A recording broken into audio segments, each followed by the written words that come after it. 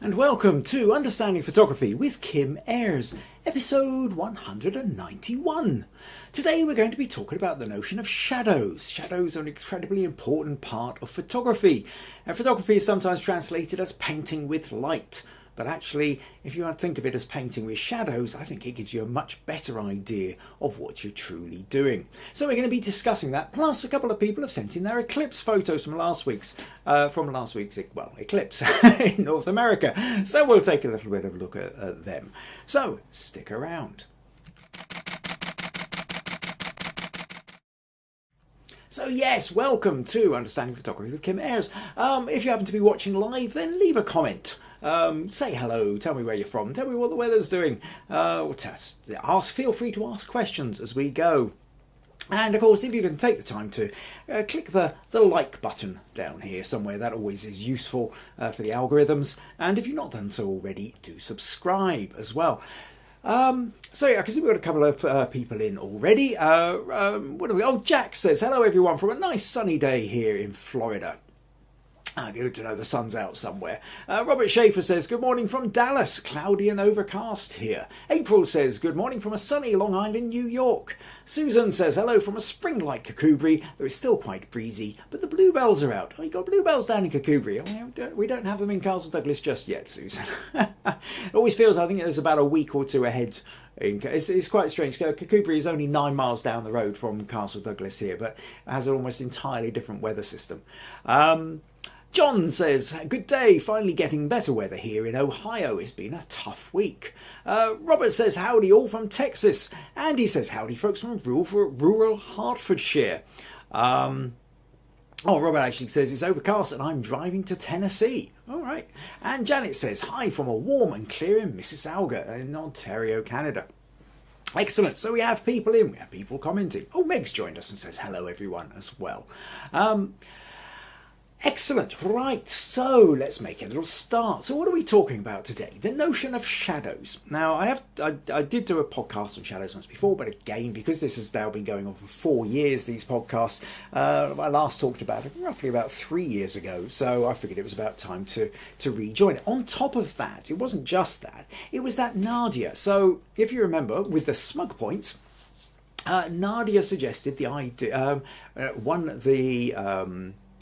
the March Smug Points leaderboard, and partly a part of that was also down to her suggestion that whoever wins the monthly leaderboard ought to be able to suggest a topic or a challenge topic for the following month. And so having won that, I then asked her what she wanted, and she basically said, where are we? She gave me a couple of choices, but her first one was shadows. She said, be it outside or things around the home, creating abstract shadows. So there is this notion of shadows. So, in essence, there's light, there's shadow. Photography is sometimes called, as I say, painting with light or drawing with light. So essentially, if you split up the word photography, you've got photo, which comes from, which means essentially light, and graphos, which is writing, mark making, drawing, painting, also where we get the word graphic from. So photographic is essentially a painting with light. But the other side of light is shadow. Shadow is the absence of light. And photography then isn't just entirely light or entirely shadow. It tends to be a combination of both. So when if I do something like I put a torch on here, and so we've got light shining on the wall, I place my hand here, and where the light is being blocked, we now have shadow. Now, of course, the eclipse photos, or the whole eclipse thing last week, was where the shadow of the moon fell on the earth. Only we weren't photographing the shadow. If you turned around and photographed the ground at that point, you would be photographing the shadow. What you were photographing was essentially a silhouette of the moon. Now, silhouette is a kind of, it is a shadow of a sort, but it tends to have its own category. So I'm not really going to include silhouette so much in this, and I'll talk maybe a little bit more about that later. But the notion then of shadow. So that's really what I want to kind of explore today. But before I get onto that, what I will actually do also is I'll just want to do a bit about the eclipses. So where are we? So we had a couple of people send in their eclipse photos. So Janet, let me see here. So Janet in Mrs. Alga said, where are we? These were her. These were done. The eclipse in Port Burrell in Ontario. So just on the north side of Lake Erie. She sent in a couple of photos of the eclipse. So we've got a wonderful kind of the totality here with the glow around it. And then we had and another one just slightly off to one side. And this here, which isn't a photo of the eclipse, but it's a photo of the fact that everything's gone pretty dark as well. So that's kind of fun. So I really appreciate you taking the time to send us your photos. I mean, we didn't get the eclipse here. Last week I showed you some photos I took of a partial eclipse several years ago that we had in Britain, but I've never seen the totality. So exciting times. But thanks for sending in your images, and I think I'll give you a bonus 10 smug points there, Janet, for sending in your eclipse photos. Now, Robert Schaefer from Texas also sent in some eclipse photos, and what he did, it was a bit more of a sequence. So here what we have then is that he's put in this is where the eclipse is starting. You're starting to get a partial eclipse. The moon is just starting to move into the sun. Now, at this point, we know that actually for most people, you wouldn't notice any real difference in the amount of light is still there. So you've got to have the kind of, suddenly the words escaped me. The block, the stupid lens density, neutral density lens covers. Basically, like having sunglasses on your darkened lens in order to be able to see these, so that you're not frying your sensor, you're not frying the camera. You certainly got to be very careful about frying your eyeballs as well while pointing your camera at the sun. So partial eclipse. Then we moved on deeper. You can see it's now getting deeper. There's getting a little bit more of a glow around things. Now we're getting really into just the kind of sliver. And I thought, I like the fact that there's a sequence here, and then totality, which you can see quite similar to Janet's there, but we've got this kind of full totality there, which is great. And then he's taken the next stage, which is just as it's coming out of totality, and I think this called something like the diamond ring or something like that, where you've got the circle, but you've just got that little glow starting to happen in this top right corner.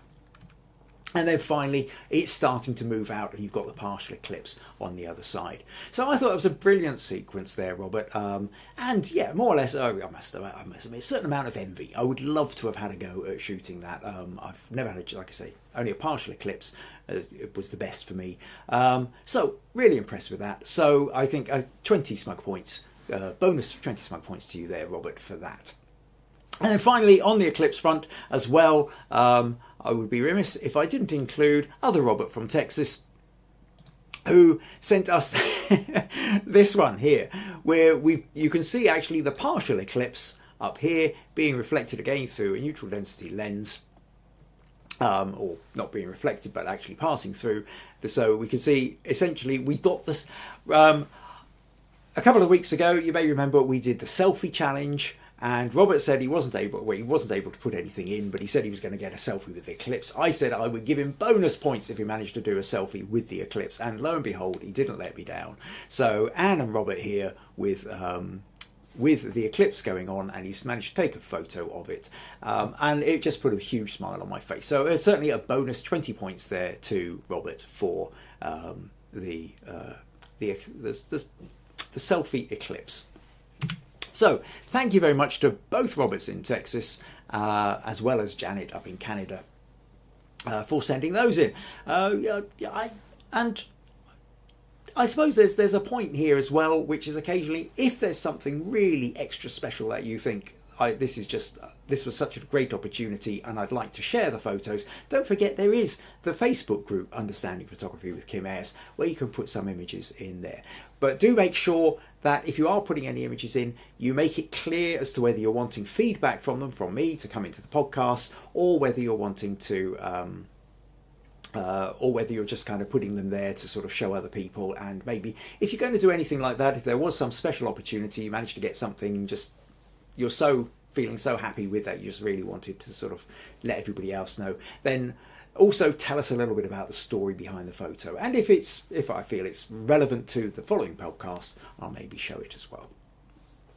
Right, so okay, got a few more comments here. Where do we go? So April says beautiful. Susan says well done, Janet. Looks amazing. April says so cool to see. Janet's asking about a filter. Yeah, filter was the word I was looking for. Filter. Yeah. Robert says solar filter. Yes. April says so pretty. Susan says lovely set of images. Robert. Janet says I found it difficult to shoot during the partial phase between the Eclipse glasses and the reflections in the LCD. Yeah, I don't think it's an easy thing to do at all. And unfortunately, it's not one of those things that you have a huge amount of time to work out. If you get it wrong, it could be several years, if ever, or certainly on another part of the world before you get a chance. So I think Australia 2028, I think, is supposed to be the next big one to go for. So maybe start booking your Airbnbs or your campsite and your flights soon. Robert says Smug Points, yay. April says very creative idea, and Meg says really interesting of the Eclipse. So thank you very much to both Roberts and Janet for sending in your Eclipse photos, and I will add on the extra Smug Points. So while we're talking about, Janet said Spain/Iceland/Greenland in 2026. Aha, right, okay, so there you go. Spain or Iceland or Greenland, the place to go. 2026 for your next possible eclipse. So, okay, so like I say, we'll add those Smug Points onto the leaderboard to just let you know where we are. Both the leaderboard, the Smug Points for April and the Smug Points for the second quarter are exactly the same at the moment, being the first week where there's no separation yet. And currently sitting at the top of the leaderboard because he won the challenge last week for the selfie challenge, is Andy with a total of 80 points. Because it was a double Smug Points last week, so he got 20 points for submitting, and he got 40 points for 60 points being double 30, what I would normally award to my favourite pick of the challenge. Meg is in second place with 70, because she got 20 for sending it in, 40 for being in second place, and 10 for turning up and leaving a comment. And VG got 50. So VG's currently in third place on that. So all to play for, and I will say that this week I was quite happy to give feedback on a couple of photos. I was expecting people to send in. Nobody sent in. So missed Smug Point opportunity, because if you send in an image for for feedback, you also get a bonus 25 Smug Points. So there was an opportunity to get yourself a bit further up the leaderboard. Right, okay. So that's where we are with the Smug Point leaderboard. So let's move on then to the notion of shadows. So the thing about shadow, so essentially shadows we have been playing with for as far back as time goes. I.e., basically, when we see a shadow is a shape of something, but that shape is devoid of content. So when I put up the shadow of my hand over here, you can see that it's a hand. If I turn it sideways like that, it's not so obvious that it could be a hand. You can see my hand in front of it, fine, but if my hand wasn't in the picture and you just saw that shadow, it wouldn't necessarily be so obvious that it was a hand. The more I turn it, and then if I splay my fingers, the more it changes, the more obvious it becomes. But what you don't get with the shadow is any kind of detail. All you've got is the shape and the darkness. So the shadow becomes interesting because it can then distort as well. It will distort depending on the angle of the object. It will distort depending on the angle of the light. And it will also distort depending on the surface texture or the curvature of the surface as well. But at the same time, we have a chunk of our brain that is evolved, probably since eyes evolved, or eyes that had to deal with sunlight and shadow, to be able to start trying to work out what shadows might mean. So if we see a shadow that somehow doesn't seem to quite match the surroundings, it ought to set up alert systems in our brains to make us study it a little bit more. Consequently, when we see a shadow, our brains now, we can't help but try and fill in, to try and work out the puzzle of what the shadow is and how it appears. But then we've also kind of played with shadows from things like clocks, sundials, right? So you put a stick in the ground, and at noon the shadow points north, and noon the following day the shadow points north, and noon on any day when the sun happens to be out, the shadow will always point north. So it's a way of finding out what time of the day it is, and it's also a way of seeing which way is north. So we've been able to use the movement of the sun, but not just because you look at the sun, where in the sky are you? If you don't know which direction you're already pointing in, it's not necessarily so obvious, but we can use shadows and we can use markers in the landscape in order to be able to create a sense of time.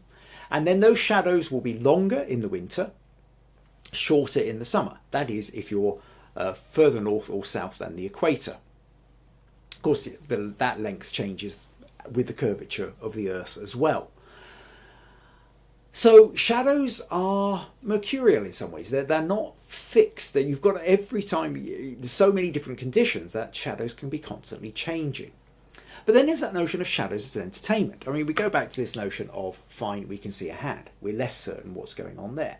But some of us from a very early age, we learned how to make sort of shadow puppets. So this was the first one I ever really learned. And to be honest, I've never really learned that more. Certainly not one that requires one hand. So this idea that you can see a little eye there. I can use my thumb as a mouth, and I can use my ear. So we've got this kind of rabbit type effect. So that's a kind of fun one to do. There's that one there where you kind of hook this bit up to try and get a little bit more of an eye, and then maybe we've got more of a bit of a duck or something, or crocodile, who knows, some kind of weird creature. But we can also, as well as shining that onto the wall, we can shine that through. I mean, if I take a piece of paper and I put the torch behind the piece of paper, we can see that there's light behind the paper. And then if I dangle my thumb down, we can see that actually the shadow is falling there. And so what we can do is shadow theatre. So very early forms of entertainment where you have a fire, you have a screen, you have shadow puppets that you move around. People are watching from the other side of the screen, and you can create all sorts of theatre with it as well. So shadows can be used for entertainment and fun, and it's a great, wonderful kind of whole area to just dive into on all sorts of things, quite beyond photography. But with all this, let's get a couple of photos up. And so let's start for example. So what I was saying about the notion of shadows, there's the shadows where you can see the object or the subject, and then there's times when you can't. Now, anybody who is looking at the picture that I put up to promote this podcast will probably recognize this bit. But what I've done is, this is the shadow of somebody throwing their hair back, but I've cut out the person. So all we've got is the sense of shadow. And if you already know what the other part of this image looks like, which is that, then that's fine. It makes sense. Without that thing, if you didn't already know, it's much more difficult to really get a sense of whether it's a person, and if it is a person, quite what they're doing. When we do that, now we see the shadow. But there's an interesting thing here, that the way that I constructed this particular photo is that I'm playing around on a number of levels. We've got shadow, but we've also got this shadow goes off in quite a strong diagonal. We've also got the person here going quite strongly off in a diagonal in the other direction. And then we've got the curvature here of the light source, where we've got the shadow over there, which creates another kind of diagonal. So we have a kind of diagonal coming up here, diagonal coming down here, and a diagonal going up there. So we've got almost an M or a W type of shape going on with the shadow. So I'm using the shadows to actually create line into the composition as well. Now, with this photo, this set of photos, what I did was I wanted to use a very hard light source. I had a single light so we get quite a hard shadow on here. Now, what I'm saying about the diagonals is here's another shot of virtually exactly the same situation, except for the fact that I move around to be face on. And whereas with this one, it's all about the diagonals, now Jessica here is throwing up her hair. It's very, very vertical. Her hair is going straight up. There is diagonal coming out of the shadow. The shadow's off to her left, but even the hair is kind of going up straight. There's little bits of diagonal, but primarily the verticals become the dominant direction for this. So just changing the angle of the camera with relation to the shadow and the person can create quite a difference as well. So I want you to be kind of thinking about that. Another thing, okay, let's move on to the next bit then. Now, a few weeks ago, when I did the cup challenge, and I was talking about that notion of how you can make anything look interesting. And one of the things I was talking about was the notion of the cup and the shadow. And I thought it's worth just reminding you here, this is lit purely by window light. Now, the window light is a larger light source. So to go back to one of the things that I've talked before about, and is always worth remembering about shadows, key aspect to light, which is the larger the light source, the softer the shadow. Okay, bury that into your brain somewhere because it makes a difference. The smaller the light source, the harder the shadow. And the way to remember that is quite simply think the flash on top of the camera tends to create a very hard shadow because it's a very small light source. The sun creates a very hard shadow because it's a small light source. I mean, of course, the sun is a million times bigger than the Earth, but because it's 93 million miles away, by comparison, it's only the size of our tip of our little finger held at arm's length. So despite the fact that it's very, very big, it's also very, very far away. So it ends up in relatively being a very small light source, which creates a hard shadow. Similarly then, with this torch, small light source, hard shadow. As I bring it out further, and as well as getting softer, the sort of light source kind of, well, if I turn that off, actually I'll turn that off. So now my hand shadow here is being lit by the window over there. And you can see it's a much softer shadow. The window light is much larger. Now, if I push my hand closer and closer, the shadow gets harder because I'm basically closer. There's less place for the light to spread around. But the further back I move from here, we get a much softer shadow. Okay. So when you are out in bright sunlight, you get a hard shadow because the sun is a single source. When you've got window light, if the sun isn't coming in, if it's a north face window or it's a cloudy day, the window becomes your light source. And in this case, that's about, 4.5 feet high or something by about 3 feet wide. So it's creating a much softer light. And if you have a cloudy day where the whole sky is covered in cloud, essentially the entire sky becomes a diffuser. So the light is pretty much the same from every direction, in which case you get virtually no shadow unless you're under a car or under, you've got to be really low down and kind of under something which is really blocking the light from most directions before you're really going to get much of a shadow. But outdoors, on a cloudy day, dull day, and there's very little shadow to be found at all. So if you can kind of remember that, then that helps you to manipulate the shadow. So the shadow on this, if we go back to this cup, this mug, if I had put the torch light, or I put a hard flashlight or sunlight or something like that, then the edges of this shadow would have been very hard and remained hard until the end. But because it's window light, the light is kind of wrapping around it a bit, so that there's bits behind it where the light isn't reaching, but then around the edges it's sort of coming from this side, but it's also kind of coming from that side, and so it's softening, it's blurring the edges. Okay. When we turn it this way, so that now we've got the handle of the mug showing, you can see that we get a little bit of the loop, and it gets softer the further away from the window, the light source that it gets, until it essentially, if we extended that out properly, it would be very, very faint here, or might even disappear altogether. So that notion then of the shadow being softer or harder is an absolutely key aspect to what you're doing when you're playing with shadows. oh, what's April? April says it looks like a painting of a model, a something art, a modern art, without seeing the person. Oh, right, now that'll be going back to Jessica's shadow. Yes, I would imagine it probably is. Okay, so other forms of shadow. If we take this idea of, I've shown some of you may remember this one.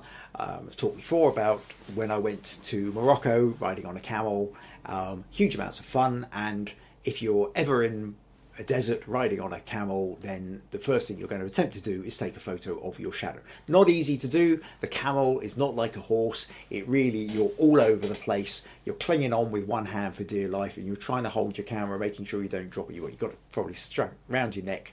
You have to have a faster shutter speed because you're moving so much. However, at this point we're on a little ridge, and you can see then we've got the shadows, and there we can see we've got the one hand holding on and the other. So that's my shadow there. Can't remember who was sitting in front of me at the time. We had a few more just a little bit further back on another train. And this guy here is the one who's leading us, sitting on the back of the camels. And so at this point, we're not seeing the subject. So the shadows themselves become the subject. Okay, the subject that is casting those shadows is out of shot. Okay, now if we compare it to this one, now this is an interesting one. It's actually the same. Is it the same? No, it must be a different ridge.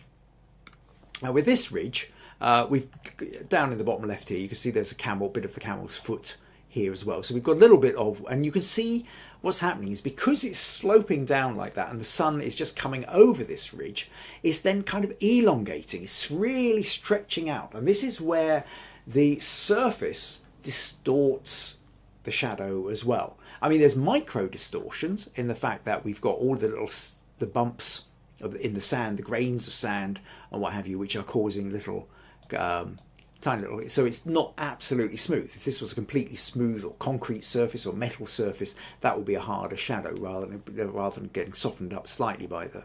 But what's also happened is we've got these kind of almost like Salvador Dali paintings, surrealist paintings, where you have those like the elephants with the massively long legs and stuff like that. So this kind of creates it sort of moves it into almost surrealism, and certainly getting more abstract, more moving away from nature. Now what's anchoring this back in nature is the fact that we can see desert, we can see sky, we can see tufts of grass, and so, but if you were to actually isolate these, actually just select the darker bits and then paste them, then you would actually end up with something really quite surreal.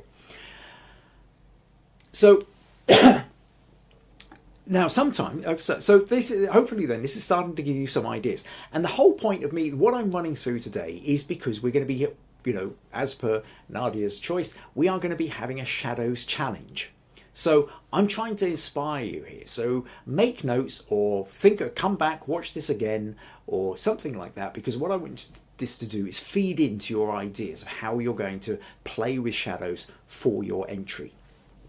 Okay, so let's carry on a little bit. Now, I do need to say about the idea, because sometimes, I do this a lot. I play an awful lot when I'm doing portraits and what have you, whereby I'm creating shadows. I'm using light and shadow, say, on a person's face. And here, so we've got very kind of strong shadow. And in this point, the shadow is created by the face itself. It's almost, so that this bit of shadow here, the light is coming in, but the nose is blocking, the brow is blocking, which is the cheek is blocking, and that's what's creating the shadow on the person themselves. However, this isn't really what I'm looking for the shadow challenge, okay? Yes, this has got shadows, but what we're really talking about is essentially casting a shadow. When we look back at this is the shadow cast by the camels, as is that. This has got a shadow cast by the cup. This has got the shadow cast by Jessica throwing her hair back.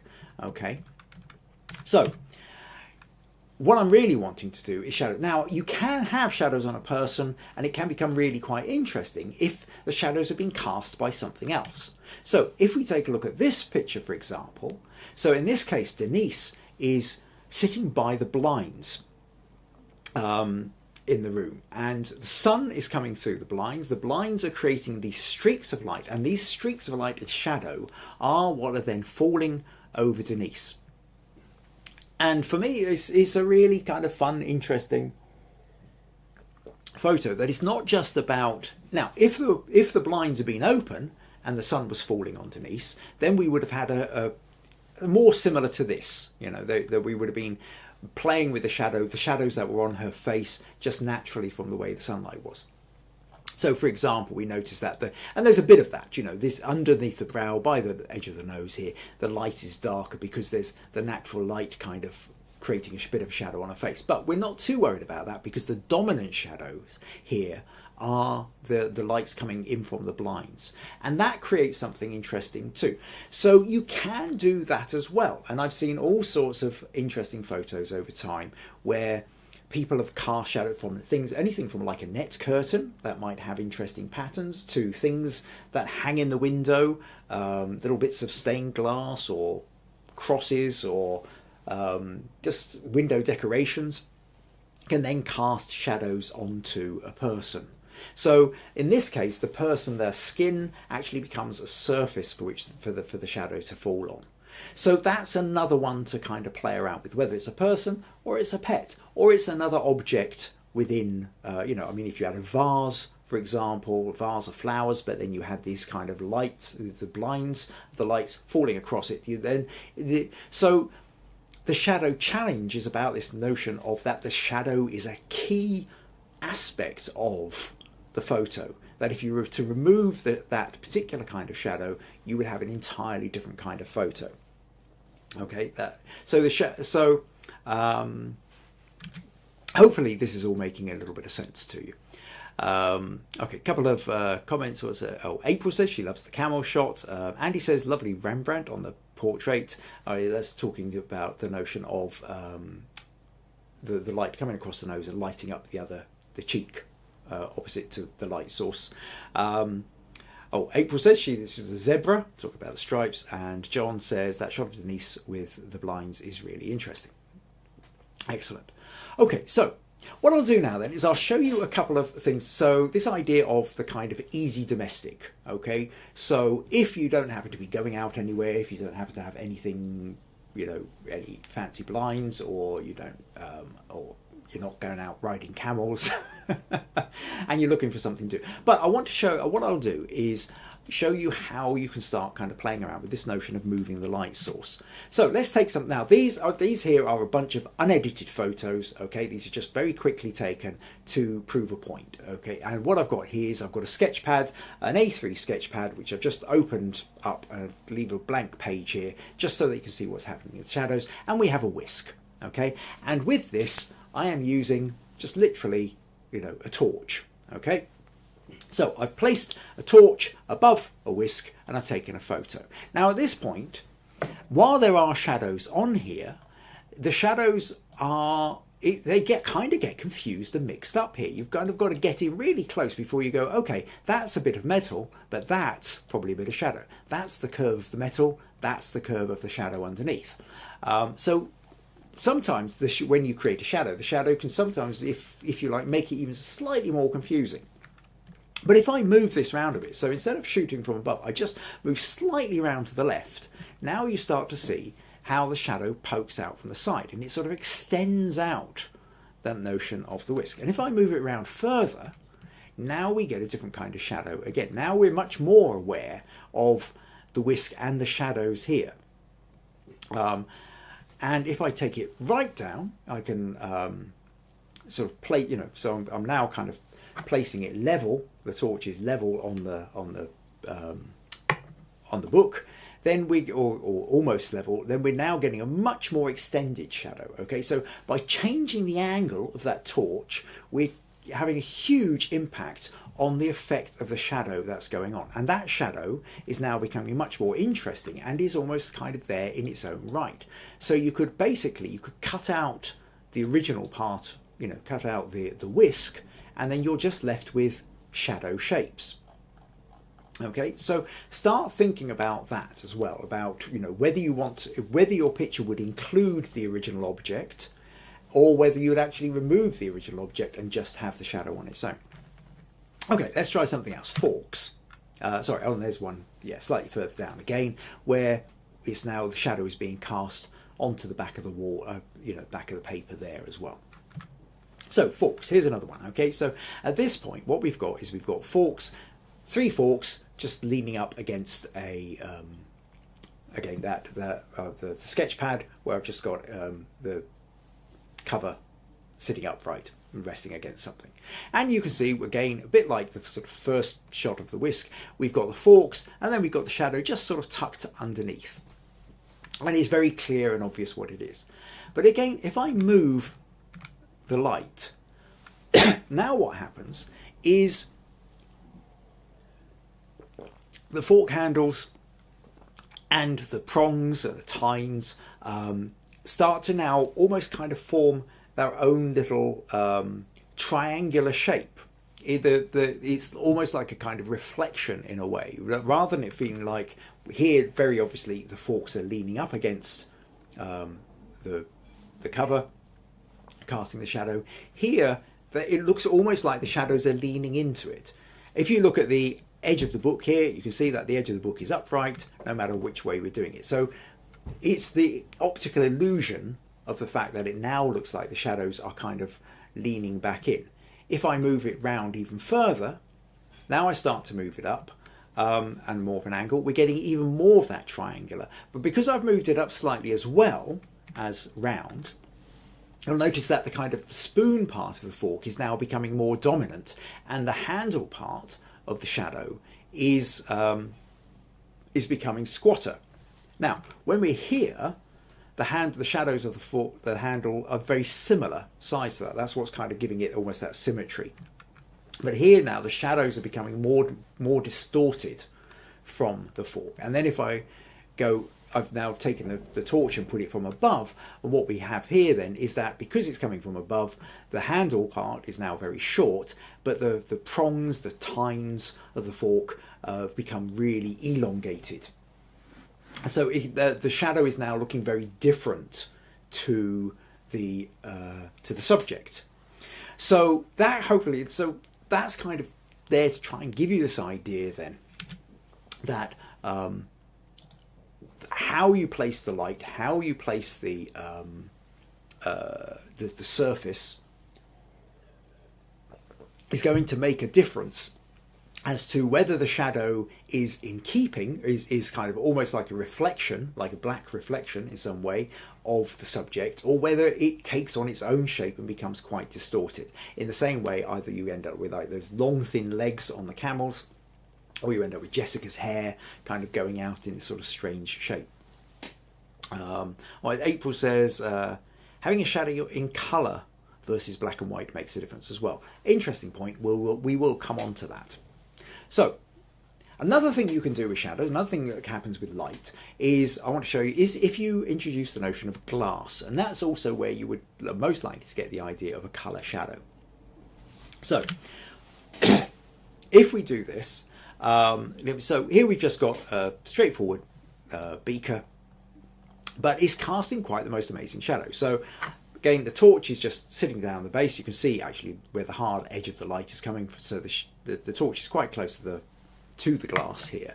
But what happens is, because the glass is curving in relation to where the light is going, the thickness of the glass changes. Now, the thickness of the glass is uniform all the way round, except for the fact that if you are shining a light through the edge of the side of the glass, there's more glass for it to go through. So if the light's coming from this way, the edges of the glass appear to be much thicker.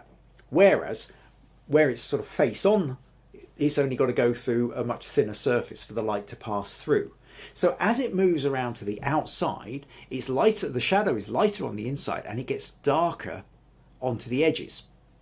And then because this has got ridges in it as well as kind of changing the thickness of the light, it's also refracting the light as well. So we've got all these little lines, kind of, sort of brighter lines and layers and what have you coming off it. And so once you introduce glass, glass can become really interesting. Now, if you've just got a single sheet of flat glass, that won't do very much. But if you have curved glass, it's going to make a difference. So here then, I take exactly the same thing, and then I turn the cup or the glass on its side. And now, because it's going through the base, again, you can see that we're getting these refractions, we're getting these reflections, we're getting these, the shadows really become quite kind of weird and amazing. Turn the glass upside down, we have a different kind of feel again. This, I think, it almost reminds me of like an X-ray. Half expecting to see sort of a piece of shrapnel sitting in somebody and the doctor saying it's not looking good. So, that's where we're kind of creating, again, a sort of slightly different thing. Colour. So to go back to April's point then, so similar kind of glass, but this one happens to be purple glass. And if you have purple glass, you then end up with a purple shadow, or shades running through it. So the introduction of colour can make quite a difference to the whole thing as well. And then playing around a bit further, I placed the purple glass on top of the white glass, but then I shone the torch directly from above. And so we're now creating this kind of pattern around it. And oddly enough, to me, it almost looks like, because we're not getting what we normally expect as the right kind of shadow underneath, this looks like it's always been cut out and stuck on. But this is quite genuine. I've not done any Photoshop trickery here. I've not even edited these photos. They are just straight out of the camera. So you can see then that really what we're trying to do here is that you can kind of play around with that notion of glass. I think kind of creates a really interesting ways of adding extra dimension to shadow, and you can get in refractions as well. I mean, for that matter, if we go back to, well, I've got a glass of water here. So what happens if I shine my torch? Yeah, so we kind of, is it slightly different if I, yes, if you look at the shadow there, there's the glass, you can see the shadow of my hand holding it, but where there's still water in it, you can see that it's slightly different. The shadow is slightly different where the water is, because it's got more to travel through as such. So there's more thickness, so and so there's light, there's refraction. So play around with that. I think that's worth playing around with. Then there's the notion of, if you want to distort a couple, let's show a couple more ideas here. So here's a favourite for anybody who does the crowd voting photography sites, ViewBug, PhotoCrowd, that kind of stuff. This is a very typical one, again, unedited. I'll brighten this one up a bit. But what we have here is my wedding ring, okay? So we have a round ring and it's sitting in a book, but because of the angle of the light and the curvature of the pages, it's distorting out so that actually the shadow is in the shape of a heart. And you very often see this kind of thing in wedding photos, in engagement photos, so that whole kind of Valentine's photo. So that notion of the ring, but the roundness of the ring, so we know that it's a ring, but the fact that it's created into a heart shape creates something. Now, not quite often as well, if you're doing weddings and what have you, this might be sitting inside a Bible or something. This was just happened to be an art book that I had to hand and just grabbed. And so that kind of thing as well. So you can create deliberate shapes by messing around with. Okay, another example here.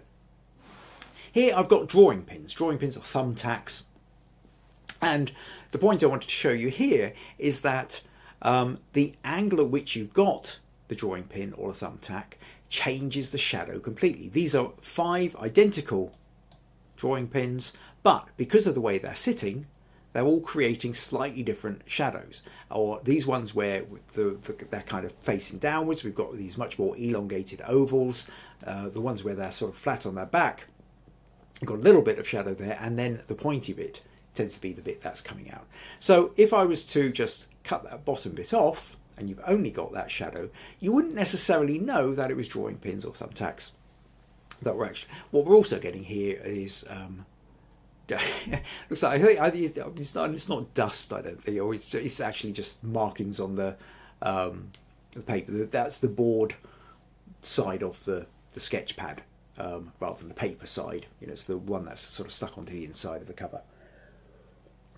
But it's much more rough and textured, so the shadows are getting picked up on that as well. So again, that notion of a textured surface, depending on where you're placing the light, is the more you get kind of 90 degrees to the texture, the more those shadows become thicker, elongated, more dominant. Other ideas. This was just a very quick one. Ideally you would need a 5-pronged fork. What I've seen done before now, it's just this idea of where you have a light through, like I say, so you make a stave out of it. So if you're reading music, and what you might do, if you were going to do this properly, you'd have a stronger light source. You would have, you try and make sure that the light source was probably about the same width as the fork or the 5 lines that you were creating there, so that these lines stayed even width. These are kind of stretching out as they move. Well, all I wanted to do here was just show you a very, very quick example of the kind of thing you can do. But if you were going to do it yourself, go away and do it properly. But something else I wanted to show you as well. This thing happened as an accident. Once a few years ago, I was sitting in the kitchen reading a book. Sun was coming through the kitchen window, and I thought there was this sort of weird thing going on, and I was sort of turned my head and it disappeared, and then I turned my head back, and then I was out the corner of my eye, and I just sort of managed to turn my head just enough, and what I realised was that the way the light was coming through my glasses, and so it was refracting and it creating this incredible little kind of beam of light here.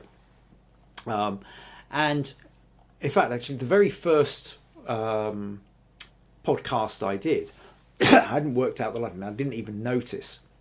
But I was using the overhead light instead of window light or any other kind of light. And what happened was the light that was coming down hit into my glasses and created these kind of weird shapes underneath. I wonder if I can just kind of...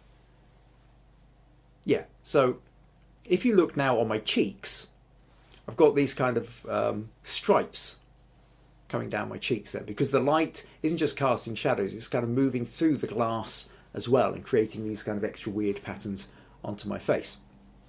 In the case of this, so the light was refracting through the glass, and then we created this lovely little streak that actually sort of goes through the middle of the shadow as well. So you've got the shadow of a person reading the book, and then you've got this light kind of going through as well. So playing with your glasses as well as glass in general can also be a fun kind of thing to do.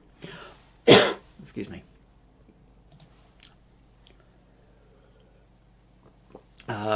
Okay, April says, I love that shadow, not sure which one you're talking about there, it could be the ring one, and then says very creative with the music notes. And it's a comet. A comet was about to land on your book. Yes. Yes, quite a fun guy.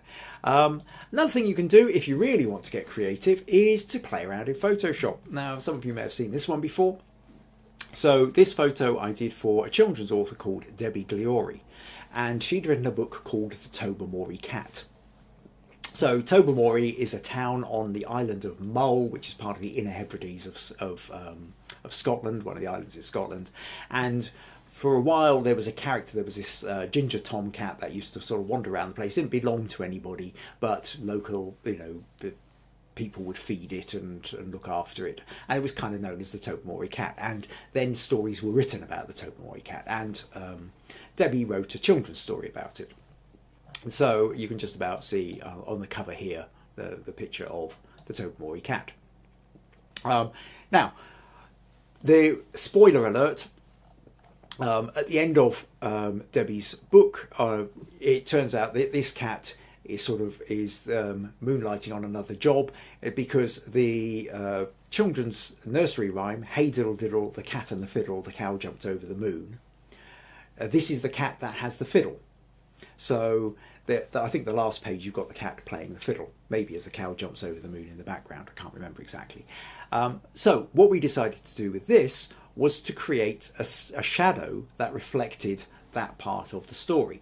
Now, Debbie also had a violin, and she had a little head thing with cat ears sticking on it. So I took one photo of her sitting on the stool holding the book, and then I took another photo where she stood there with the cat ears on playing the fiddle. And Then I merged the two of them together in Photoshop. Because I shot with the light coming from exactly the same direction and shot with the camera on a tripod so that, you know, I could do the separation properly. I was able to merge the two of them together, and then I added in a tail afterwards. So if you want to kind of get creative and sort of mix and match with your subject and shadow, but obviously you've got to do it in such a way that then it's adding to the narrative. If you do something which just kind of makes everybody go, what? You know, and you're not really, it's just a bit odd. You don't do it just for the sake of doing it. You do it because it needs to add to the narrative. And the importance of the narrative in this was about the fact that it was part of the story. Okay, so that's a kind of another thing to do.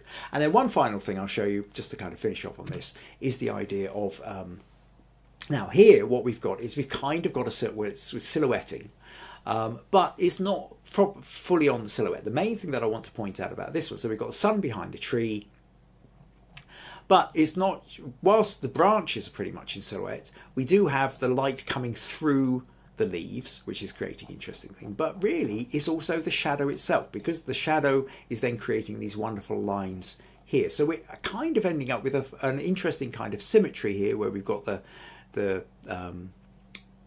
tree itself, but then we've got the branches of the tree, the trunks of the tree kind of coming out and creating shadows to add to.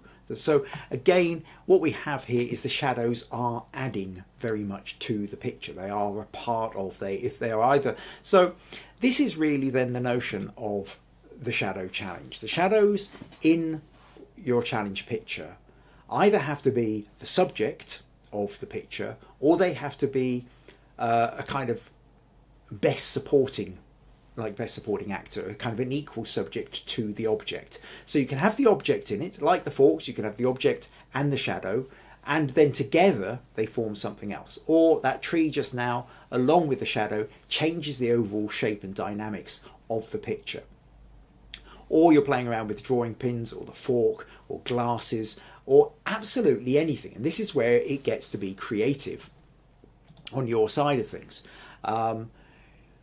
You get to choose, you know, now, like I say, you can go outside if you've got nice weather, you've got strong sunlight, or even or indoors, window light, using a torch, using any kind of lighting you want.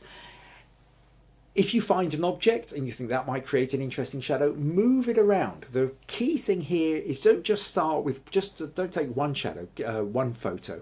Play around with it. Move the light source around. Because as you do that, the more you can kind of change the light source so the shadow changes, the deeper your understanding will become of this. Because all these podcasts that I do are about trying to improve your understanding of photography, right? That's what that's the title of Understanding Photography with Kim Ayres. I'm Kim Ayres. I'm here to help you understand photography. And the best way to improve your understanding of photography is to play, is to get out there and try these things out. So every time I do a challenge like this, the challenges are here for you to join in, because you will learn something by doing so. I mean, if you really don't have the time, but you still want to join in the challenge, fine, raid your archives, find something and put it in. But genuinely, you will learn more from trying to create something fresh for these challenges. Okay, now, here we come on to the kind of final bit of what's going on for the next couple of weeks. And so things are sort of little bit up in the air here. So I'm setting the shadow challenge, and so create your photo. Then you can either email it to me, kim@kimayres.co.uk, or you can put it into the Facebook group, Understanding Photography with Kim Ayres, if you do Facebook. Whether you email it to me or you put it in the Facebook group, then say a little bit about the picture, about what it is, and maybe why you decided to take it, or any kind of interesting little anecdotes that go along with the creating of the photo. Now that will be in either 2 or 3 weeks' time. So you have time. You can do it next weekend if you want. You can do it. I'm trying to be mindful of a couple of comments I've had about the fact that if I only leave 1 week for the challenge, that's quite often people don't have the time to do it because they've only got the week, and then I'm usually asking to get it in by the Friday. And so if you're working during the week, you maybe don't have time. A lot of people like to do their photography at the weekends. So this will be 2 weeks. Now, if things go according to original plans, next week I'm off to see my dad. He's 87 years old. Not seen him for a little while. Need to go and see him. So I won't be here next Sunday. So the challenge will be for 2 weeks' time. However, this morning I've woken up with a bit of a cough and quite a nasty kind of, when I'm not careful, I start coughing, you can really start to rip the chest. It was fine yesterday, it's just kind of come on. And I don't have a real desire to go giving this to my 87-year-old father. So by midweek, by Wednesday, I'll see whether this has developed or whether it's just a kind of passing thing and then 24-hour thing and has sort of disappeared again. If it looks like this is getting worse, then I'll postpone going to see my father to the following week, which means the shadow challenge will move forward to 3 weeks' time rather than 2 weeks' time. However, if I am around next weekend because I've not gone to see my father, I'll do a podcast. Haven't decided fully. I'm thinking maybe what I might do is even silhouettes, do a podcast on silhouettes, because that kind of ties in a bit with the shadows as well. So all I can really say is watch this space. Make sure you hit the notifications button if you haven't already, on your subscriptions. Make sure you check in. Keep an eye out on the Facebook page for updates, or if you don't do Facebook, at least keep kind of coming back to my YouTube channel, and at some point there should be a kind of latest update so we'll find out then whether if there's one on next week, it's because I didn't want to go and see my dad and pass on the cough to him. If there isn't one on next week, then it'll be in 2 weeks' time. But either way, you have a minimum of 2, possibly 3 weeks to do the Shadows Challenge. So I'm really excited to see what you're going to come up with that. Okay, we've got Susan says, great food for thought. Robert says, hope it's nothing. April says, I like that idea. Robert says also, otherwise get well soon. Thank you.